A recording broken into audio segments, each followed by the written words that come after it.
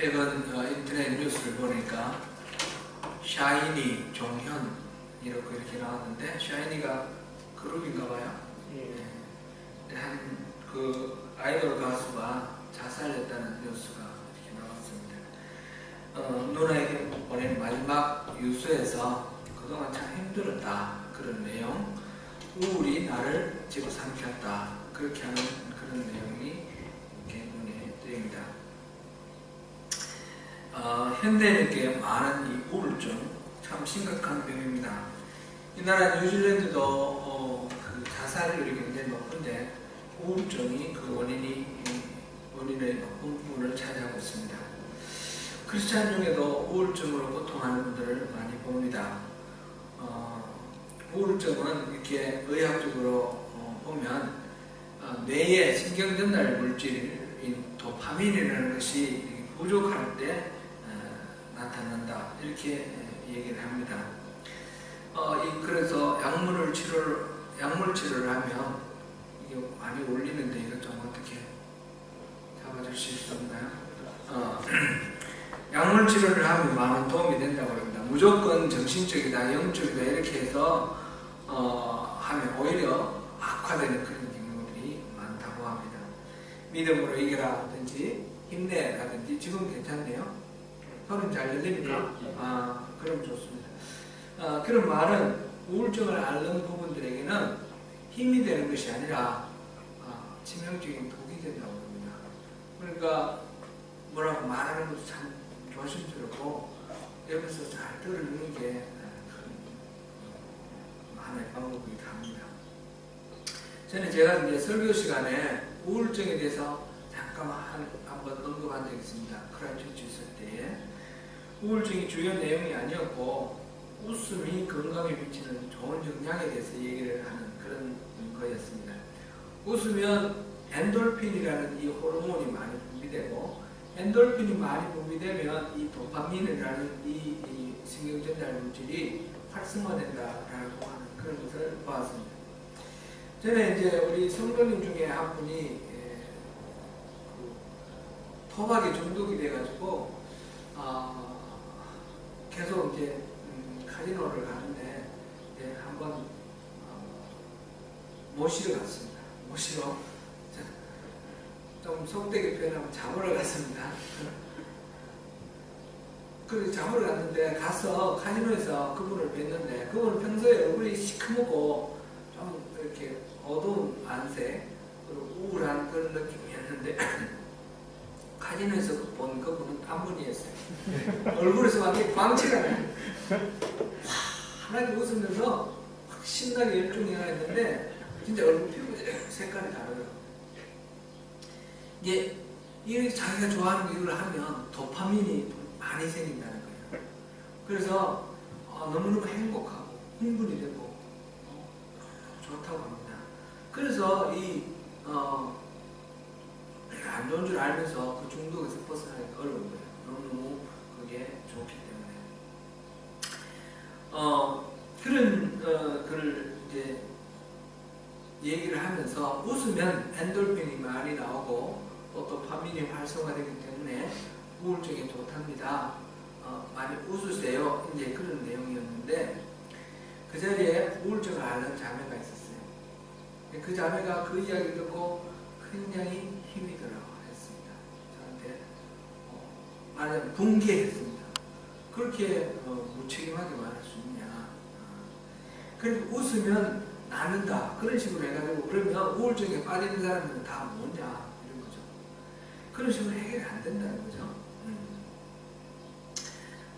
제가 이제 사과를 하고 어떻게 할 수 없는 그런 상황에서 위로하고 그랬던 기억이 납니다. 우리 그리스도인들이 이 은혜를 받아가지고 이렇게 새로운 삶을 사는 것을 얘기를 하는데, 우리가 이렇게 말하는 대로 됩니까? 이게 안 된다는 말이죠. 이 우울증에 빠진 사람이 힘내라는 거하고 마찬가지로, 믿음 있는 사람들이니까 믿음으로 승리하라, 그런 것이 잘 해결되지 않는 그런 어려움들이 많습니다. 우리가 죄책감 얘기했고 낮은 자존감 얘기를 했는데, 이것과 더불어서 두려움이라든지 또는 수치심이라든지 또 분노라든지 이런 것들이 막 엉켜가지고 무엇이 원인이다 무엇이 결과다 말할 수 없을 정도로 뒤섞여서 부정적인 역할을 하는 그런 감정으로 우리에게 영향을 주기도 합니다. 제가 지난주에는 낮은 자존감을 얘기를 하면서 제 아내 얘기를 했습니다. 아이들이 TV 보는 것 때문에 막 분노하고 화를 내는 거, 말하자면 앵거 프로블럼이 나타나는 거예요. 그런데 그 낮은 자존감 문제 해결하기 위해서 우리가 두 가지 그때 이렇게 해야 된다라고 하는 두 가지가 나와 있습니다. 두 가지 기억나는 게 있습니까? 기억나십니까? 이 낮은 자존감 문제를 어떻게 해결해야 됩니까? 첫 번째, 그 문제를 직면하라고 했습니다. 문제를 직면하라. 이런 문제가 없었던 것처럼 뭐 이렇게 유야무야하지 말고 그게 있다는 걸 인정을 하고 그게 어디서 근원이 됐을지 깊이 한번 따져보라는 거죠. 그 직면을 하라. 두 번째는 뭡니까? 주님께 맡기라. 그리고 이것은 마치 우리가 늪에 빠진 것 같아요. 그냥 가만히 있어도 빠져 들어갑니다. 그죠? 그래서 나오려고 막 허적거리면 어떻게 됩니까? 더 빨리 빠져 들어갑니다. 그럼 어떻게 됩니까? 가만히 있어도 안 되고 움직이도 안 되고 어떻게 할 수가 없는 거예요. 그러니까 도움을 요청하라는 겁니다. 예수님께 의지하라. 바로 주님께 기도하면서 이 문제를 풀어달라고 요청하고, 그래서 지나가는 사람이 나무 짝대기를 던져줘가지고 그거 잡고 나오는 것처럼 우리 스스로는 해결할 수 없는 문제이기 때문에 성령님께 도움을 요청하라. 네, 그것을 우리가 지난주에 우리가 그것을 보았습니다. 이제 그런 것을 하면서 우리가 이해를 하면서 참 우리 믿음이라는 것이 우리가 예수를 믿고 거듭나고 우리 안에 성령님 들어오시고 그러면 이런 문제들을 우리가 충분히 극복돼야 되는 거 아닌가. 죄의 본성을 벗어버리고 새로운 피조물이 되었는데 왜 여전히 이런 고통 속에 있는가 하는 그런 생각이 들고 그 때문에 또 좌절감이 들기도 합니다. 그러나 그것은 우리가 새로운 피조물이 되더라도 이 한꺼번에 완전히 뭐 이렇게 달라지는 것이 아니라 시간이 필요하고 또 새로운 피조물로 살아가는 과정이 필요한 것입니다. 그것을 우리가 인정을 하고 이렇게 나아가는 것이 좋겠습니다. 지난번에도 살펴보았듯이 건강한 그리스도인으로서 자아상을 말할 때 우리가 흔히 혼동하는 것이 있습니다. 자기를 부인하고 자기 십자가를 지고 나를 따를지니라. 예수님의 그 말씀, 마태복음 16장 24절 이 말씀, 이걸 보면 나는 죽어야 되고 나는 없어져야 되고 오직 예수님만 드러나야 된다. 그래서 내가 이 갈등하고 고민하고 이 모든 것들도 내가 온전히 죽으면 자동적으로 해결될 것 같다. 그런 우리 생각을 할 수도 있는데, 자기를 부인한다 이 말에 대해서 의미를 조금 더 우리가 생각해 봐야 되겠습니다. 몇 번 우리가 이 문제는 짚었지만 한 번 더 짚어봐야 되겠습니다. 갈라디아서 2장 20절 우리 한번 보겠습니다.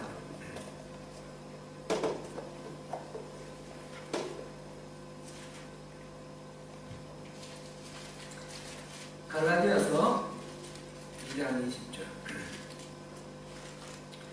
우리 잘 아는 말씀인데 한번 우리 외울 수 있으면 외우시고 그냥 읽으시고자 하시는 분은 읽으시고 시작. 내가 그리스도와 함께 십자가에 못 박혔나니 그런즉 이제는 내가 사는 것이 아니요 오직 내 안에 그리스도께서 사시는 것이라. 이제 내가 육체 가운데 사는 것은 나를 사랑하사 나를 위하여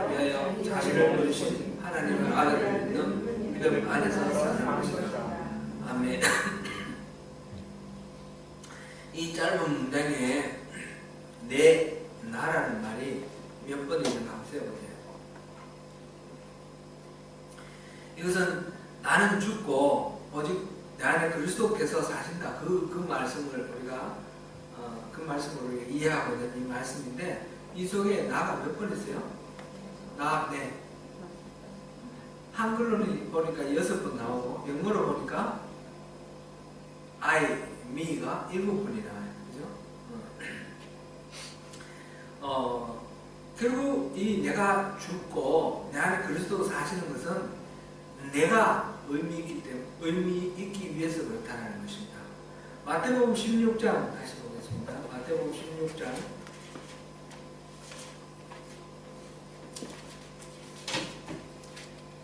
마태복음 16장 24절부터 26절까지 보겠습니다. 마태복음 16장 24절부터 26절까지 읽어보겠습니다.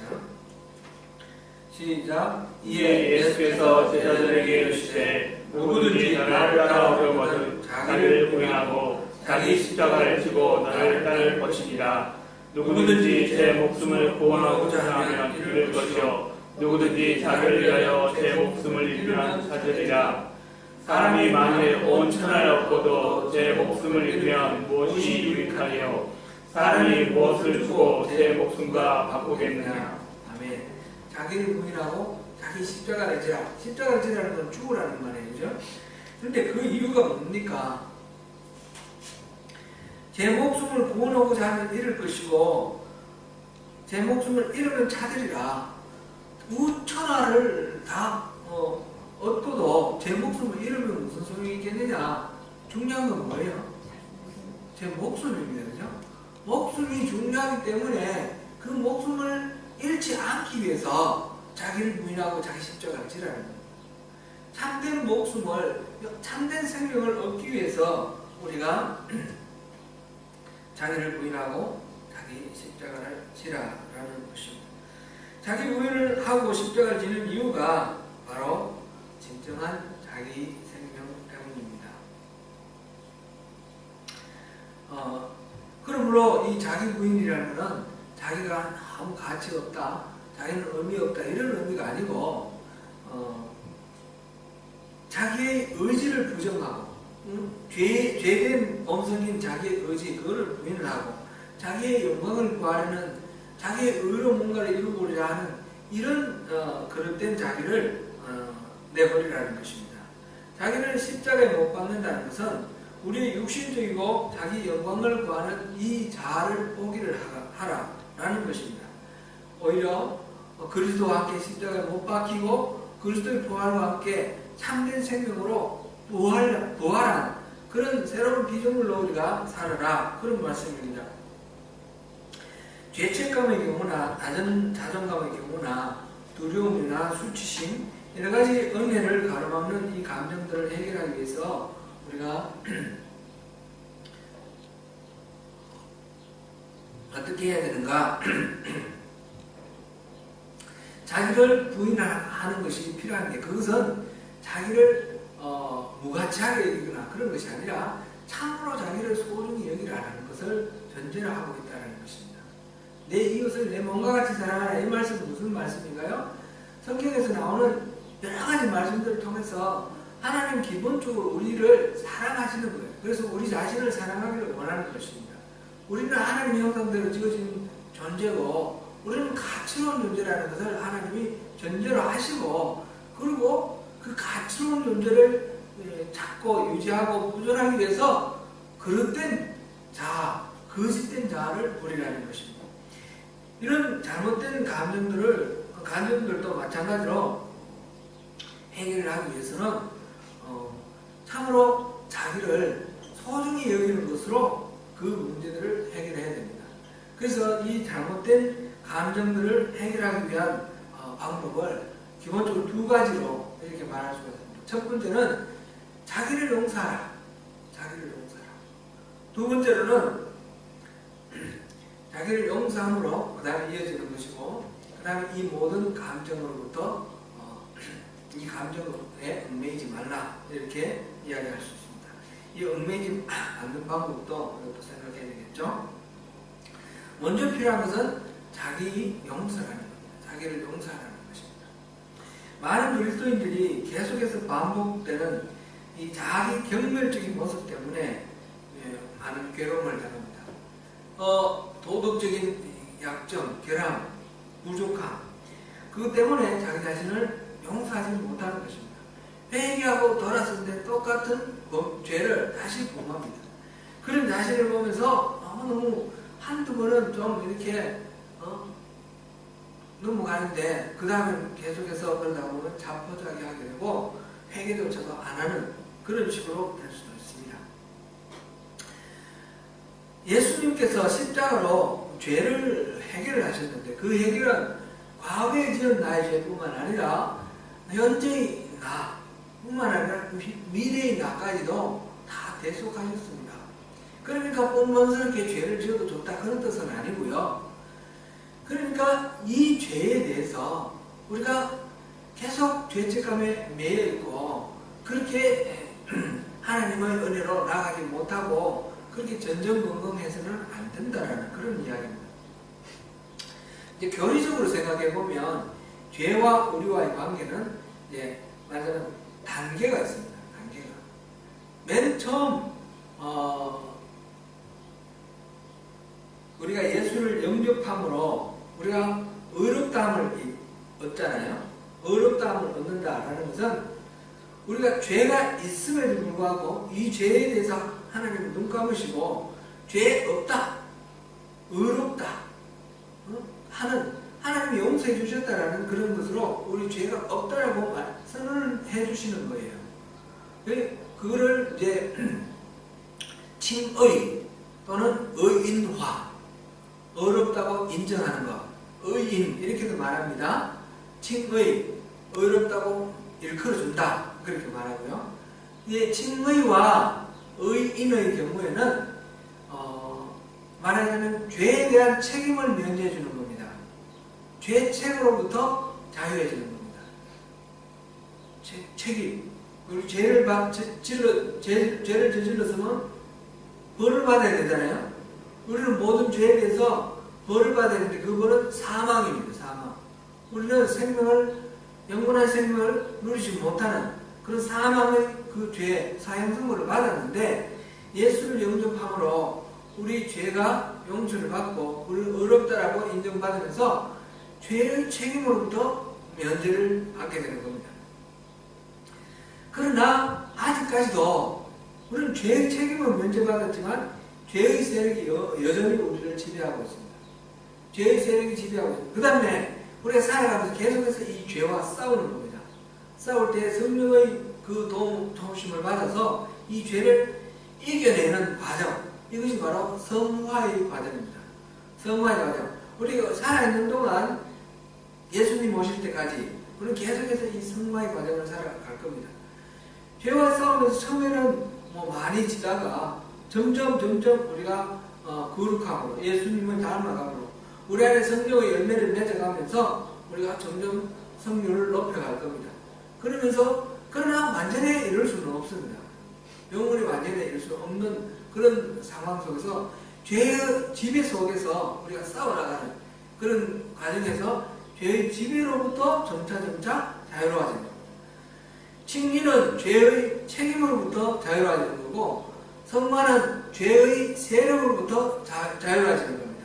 그 다음에 예수님께서 다시 오시고 새하늘 새 땅에 올 때 우리는 새 몸과 새 영으로 영원한 생명을 누리게 될 텐데 그때는 죄가 없는 세상이 됩니다. 죄의 존재로부터 자유롭게 됩니다.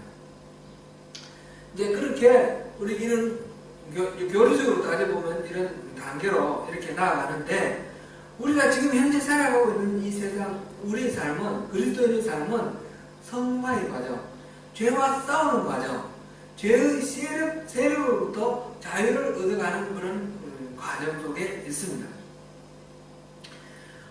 그 속에서 우리가 우리 자신의 죄에 넘어지는 모습에 대해서 안아주고 보듬어 주고 위로하고 격려하면서 하나님이 용서해 주셨으니까 그 용서를 우리가 받아들이고 누리는 것이 필요하다는 것입니다. 오늘 우리 본문에서 요셉이 형들을 만나는 장면이 나옵니다. 우리가 잘 알다시피 요셉은 형들의 시기와 질투 때문에 노예로 팔려나갔습니다. 그죠? 노예로 팔려나가서 이집트에 가서 팔려서 그 보디발의 집, 그 궁정 수비대장, 경호실장, 바로의 경호실장, 그 보디발의 집에 가정총무가 되어 노예로서 살아갑니다. 그 살아가다가 거기서 이제 모함을 받고 감옥에 들어갔다가 감옥에 있는 동안 그 왕의 꿈을 해몽해줘가지고 총리가 돼서 이집트의 총리로서 나라를 다스리는 그런 상황이 되었습니다. 그때에 하나님이 그 바로의 꿈 해몽해줬던 그 꿈이 바로 7년 풍년 후에 7년 흉년이 온다는 거 아닙니까? 그래서 7년 풍년 동안 잘 곡식들을 간수를 하고 잘 저장을 해놨다가 이제 흉년이 들어왔을 때 그것을 잘 분별을 하면서 이제 그 흉년을 이겨나가는 과정에서 이집트와 가까운 이 근동 지방에도 흉년이 들었습니다. 그래서 자기의 형들이 양식을 구하러 왔습니다. 양식을 구하러 온 그 형들을 바라보면서 옛날에 어릴 때 꾸었던 그 꿈이 생각났습니다. 그렇지만 자기 자신을 노출시키지 않고 부모가 잘 계시는지 알아보고 동생 이도 형제잖아요. 엄마가 4명 아닙니까? 그죠? 그 중에 자기 동부 형제인 베냐민이 안전한지 그거 알아보고 이런 과정을 거치면서 지금 45장에서는 모든 것들이 안전한 줄 다 확인한 상태에서 다시 곡식을 가지러 온 그 형들을 만난 그런 장면입니다. 그래서 형들을 용서를 해줍니다. 우리 45장에서 5절만 읽어보겠습니다.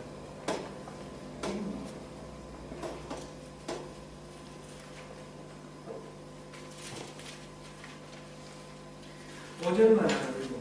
시작. 당신들이 나를 이곳에 팔았다고 해서 근심하지 마소서. 한탄하지 마소서. 하나님이 생명을 구원하시려고 나를 당신들보다 먼저 보내셨나이다.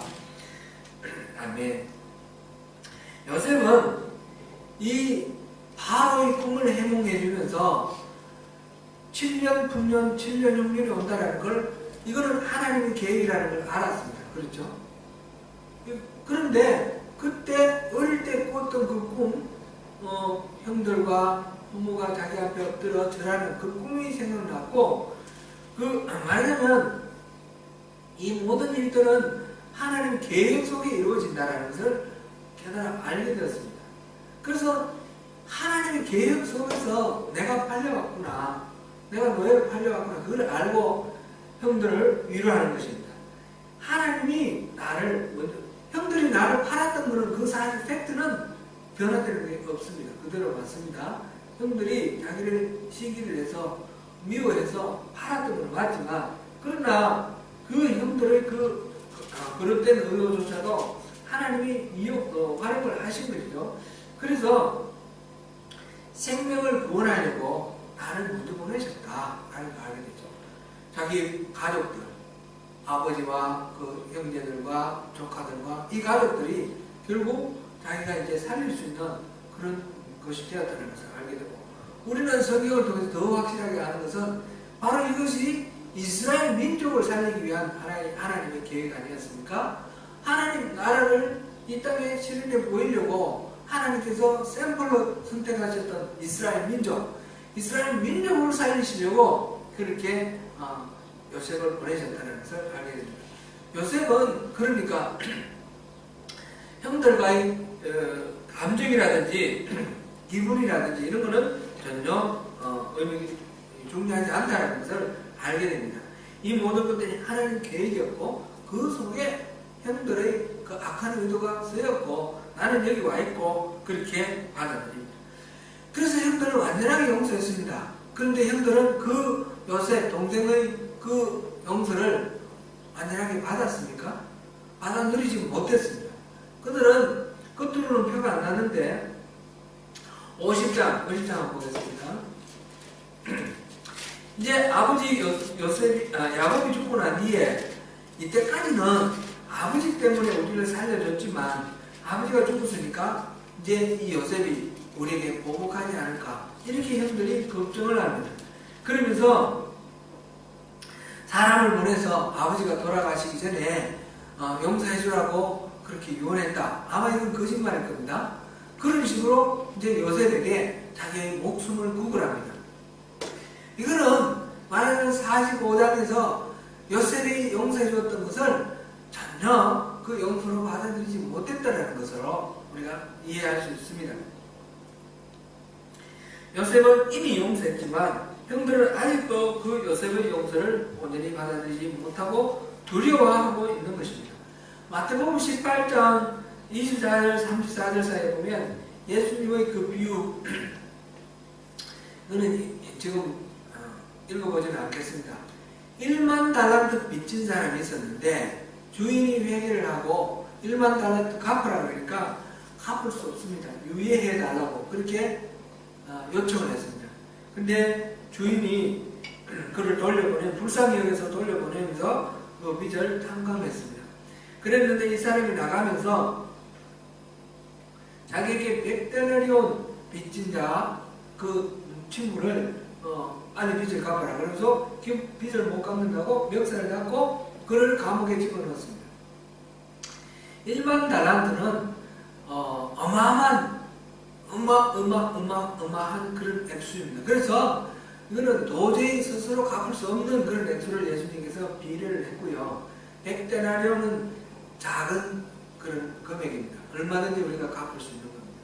그러니까 1만 달란트 빚진 것을 탕감을 해줬는데 이 사람이 왜 나가서 그 친구의 멱살을 잡고 100데나리온 빨리 갚아라 했을까요?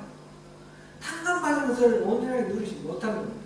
빨리 나가서 이 친구들한테 100데나리온 빚진 거 이걸 하나 받아가지고 조금이라도 갚으려고 빨리 내놔라고 그렇게 말하는 겁니다. 주인은 이미 그를 탕감을 해줬는데도 그 탕감을 누리지 못하고 그래서 다른 사람들에게 그것을 받으려고 하는 그런 이 모습입니다. 그리스도인이 은혜로 나아가는데 장애물이 되는 감정들로부터 해방되기 위해서는 먼저 하나님으로부터 받은 이 용서를 우리가 온전히 누리는 것이 필요합니다. 먼저 용서를 받으라는, 용서를 누리라는 것입니다. 이것이 우리 죄책감이라든지 낮은 자존감이라든지 이런 수치감, 두려움, 이런 모든 우리 삶 속에서 하나님 은혜 앞으로 나아가지 못하게 만드는 이 감정들로부터 해방되는 첫 번째 단계의 이 필요사항입니다. 두 번째로는 더 이상 이런 부정적인 감정들이 우리를 얽매이지 못하도록 우리가 이걸 떨쳐버리는 것입니다. 어떻게 떨치느냐 또 같이 생각하되 우선 이거는 떨쳐야 된다는 것입니다. 종종 그리스도인들에게 왜 그토록 강박적인 일이 많지 과거의 그 죄책감 그리고 현재 그 자기 결멸 그 속에서 벗어나지 못하는가 물어보면 그렇게 죄에 대해서 내가 깨어 있어야 되고 내 자신이 겸손해야 되지 않느냐 이런 식으로 생각하고 그렇게 말하는 경우가 많습니다. 그러나 그렇지 않습니다. 그것은 구원받지 못할 때의 상황이고 하나님께서 원하시는 것은 죄책감에 매여 있는 것이 아니고 죄에 대해 각성하는 것이고 하나님을 두려워서 멀리 떠나 있는 것이 아니고 하나님을 경외함으로 오히려 하나님께 가까이 와 있는 것입니다. 여전히 죄책감 속에 두려움 속에 이렇게 벌벌 떨고 있다 그러면 그것은 구원받지 못한 사람이나 차이가 없지 않습니까? 하나님께서 그것을 주시는 이유는 그리스도께 오라고 하나님과 만나자고 주신 하나의 방법이고 하나의 도구인데 이 죄책감이나 두려움 때문에 그것 때문에 주님께 오라는 거죠. 그러니까 주님 안으로 들어와서 친밀한 관계 속에서 친밀함과 경외함 속에서 더 가까이 이렇게 와서 하나님이 허락하시는 이 용서, 이 자유 그거를 누리면서 살기를 하나님은 기뻐하시는 것입니다. 요셉에게로 돌아가서 요셉은 어떻게 그 형들을 용서할 수 있었는지 우리가 보면 그 부분을 우리가 이해할 수 있을 것 같습니다. 요셉은 우리가 다르게 말할 것 없이 요셉은 진짜 하나님을 믿었습니다. 하나님을 신뢰했습니다. 자기가 그 노예로 팔려가는 그 상황에서 하나님을 의심하거나 하나님을 원망하거나 그렇게 하지 않았습니다. 39장 한번 보겠습니다.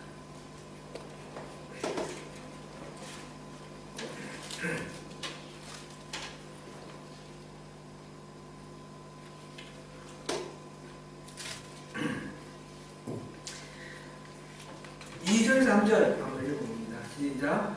여호와께서 요셉과 함께 하심으로 그가 형통한 자가 되어 그의 주인 애굽 사람의 집에 있으니 그의 주인이 여호와께서 그와 함께 하심을 보며 또 여호와께서 그의 용사에 형통하게 하심을 보았더라. 요셉은 늘 하나님하고 함께 있었습니다. 하나님의 은혜 안에서 그렇게 살아갔습니다. 그러니까 모든 일이 형통했습니다. 여기서 형통한다는 것은 노예 생활에서 뭐 이렇게 해방되고 우리가 생각하는 식으로 이렇게 막 출세하고 잘 된다 이런 뜻이 아니죠. 노예 생활을 하는 데 있어서 막힘이 없었다는 거예요. 노예로서 아주 성실하게 잘 살 수 있도록 하나님 그렇게 도와주시고 길 닦아주셨다는 것. 23절 보겠습니다. 21절부터 23절까지 시작. 여호와께서 요셉과 함께 하시고 그에게 인자를 더하사 간수장에게 은혜를 받게 하시매 간수장이 옥중 죄수를 다 요셉의 손에 맡김으로 그 재반 사물을 요셉이 처리하고 간수장은 그의 손에 맡긴 것을 무엇이든지 살펴보지 아니하였으니 이는 여호와께서 요셉과 함께 하시니라. 여호와께서 그를 범사에 형통하게 하셨더라. 아멘. 감옥에 갇혀있는데 억울한 죄가 누명이 벗겨졌다 이런 게 아니고 감옥에서 감옥살이 하는데 막힘이 없었다는 거죠. 감옥살이를 잘했습니다. 감옥에서 고생하는 게 기본이잖아요. 고생 잘했습니다. 그 하나님이 함께 하심으로 그 상황, 그 환경 속에서 하나님이 막힘이 없이 이렇게 길을 열어주시는 것을 형통하다 이렇게 표현을 했습니다. 그것은 환경에서 벗어난 것을 말하는 것이 아니고 환경과 상황이 달라진 것을 말하는 것이 아닙니다. 그 환경과 상황을 초월해서 하나님과 함께 있는 것을 말했고 하나님을 절대적으로 신뢰하면서 하나님을 의심하거나 하나님을 두려워하거나 하나님을 부끄러워하거나 이런 것이 없이 온전히 연합할 수 있는 그런 속에서 하나님께서는 그와 함께 하시면서 그의 모든 이 영적 교제 속에서 막힘이 없도록 그렇게 해주셨다는 것을 우리가 여기서 볼 수 있습니다. 바로 이 요셉은 하나님이 하시고자 하신 일 거기에 온전히 동참을 해서 하나님이 동력자로서의 삶을 살았습니다. 우리가 신앙의 본질이 뭐냐라고 말할 때 제가 두 가지로 표현했습니다. 기억나십니까? 신앙의 본질 첫째는 뭡니까? 하나님을 알고 사랑하여 친밀한 관계 속에 친밀한 교제를 이루고 그 관계 속에 있는 것 이것이고 두 번째는 뭡니까? 하나님이 하시는 일을 보고 전 존재로 그 일에 동참하는 것, 곧 동력자의 삶. 하나님과의 친밀한 교제와 동력자의 삶 이것이 우리 신앙입니다. 그 신앙의 본질입니다. 요셉은 온전하게 하나님과 하나가 됐어요. 그래서 온전하게 하나님 하시는 일에 동력자가 됐어요. 지금 7년 흉년과 7년 풍년과 7년 흉년을 이루는 것도 마찬가지고 그 아버지와 형제들과 조카들 이 모든 가문을 이 이스라엘 가문을 살리는 것도 마찬가지입니다. 이 모든 것들은 하나님이 계획하고 계시는 그 일에 요셉이 그게 쓰임받고 있는 것입니다. 그렇게 될 때 요셉은 어떤 감정의 어떤 장애물도 없이 하나님의 은혜를 다 누리게 되며 용서가 할 수 있지 않습니까? 자기가 우울함을 겪었고 부당한 피해를 입었음에도 불구하고 그것과 상관없이 용서를 베풀 수 있지 않습니까? 참으로 하나님은 사람으로 살아가는 그런 모습을 봅니다. 패치 아담스 영화를 제가 몇 번 보내드렸는데 보셨습니까? 보신 분 한번 패치 아담스. 제가 불법 다운받아서 들을 수는 없는 것이고 한번 보십시오. 굉장히 저는 그걸 한 10번, 20번 봤는데 볼 때마다 재미도 있고 오늘 되게 재밌습니다. 크게 보면 이제 주인공이 정신병으로 혼자 정신병원에 들어갔다가 중요한 이치를 깨닫고 나와서 정신병원 자기가 스스로 들어간 거예요. 그래서 나와서 그 다음에 의사가 되어가지고 이제 자기가 병원을 이렇게 짓고 병원을 운영합니다. 이 사람 이거 실제로 있는 실화를 바탕으로 한 영화고 지금 미국에 그 병원이 지금도 운영되고 있습니다. 그 병원은 어떤 특징이 있느냐면 환자들이 서로 치료하는 거예요. 환자들이 뭐 주사도 놓고 환자들이 약도 주고 뭐 이러면서 이제 그 다음에 환자들이 서로 같이 활동하고 웃고 격려하고 위로하면서 함께 치유받아가는 거예요. 함께 치유받아가는 거예요. 그게 가만히 이렇게 생각해 보면 교회의 원리하고 너무너무 다른 거예요. 교회는 모두 다 상처 입은 백성들이 오지 않습니까? 상처 입은 죄인들이 옵니다. 상처 입은 죄인들이 교회에서 치유를 받아야 되는데 누가 목사가 일방적으로 치유해주고 이런 거 아닙니다. 우리가 성도들이 서로 위로하고 격려하고 그 고통을 나눠가지고 사랑을 나누면서 성령님이 치유해 주시는 것을 함께 쉬어하면서 우리 함께 치유받아가는 것이거든요. 그래서 패치 아담스를 꼭 한번 보시라고 말씀을 드립니다. 누가복음 17장에 보면 문둥병을 고친 그 예수님의 그 이야기가 나오는데 10명의 문둥병자가 예수님 앞에 와서 그 병 고침을 받습니다. 그런데 이들이 가다가 병이 완전히 나은 것을 깨닫고 하나님께 영광을 돌립니다. 그리고 예수님께 돌아와서 감사를 한 사람은 누구죠? 몇 사람 있죠? 한 사람, 사마리아인 한 사람만 와서 감사를 드립니다. 그럴 때 예수님께서 그에게 내 믿음이 너를 구원하였다. 그러면서 구원을 선포하십니다. 병 낫는 것이 전부가 아닙니다. 진짜 중요한 것은 그것을 계기로 해서 구원을 얻는 것입니다. 우리가 오늘 문제 속에서 이렇게 아파하고 힘들어하고 이러다가 하나님 은혜로 치유받고 이런데 그것이 전부가 아니라 그것을 통해서 참된 구원을 이루어내는 것. 하나님과 온전한 하나를 이루어내고 친밀한 그 관계 속에서 하나님 뜻을 이루어내는 그런 하나님의 사람으로 하나님 동력자로 이렇게 살아가는 것. 그것이 참으로 의미 있는 것입니다.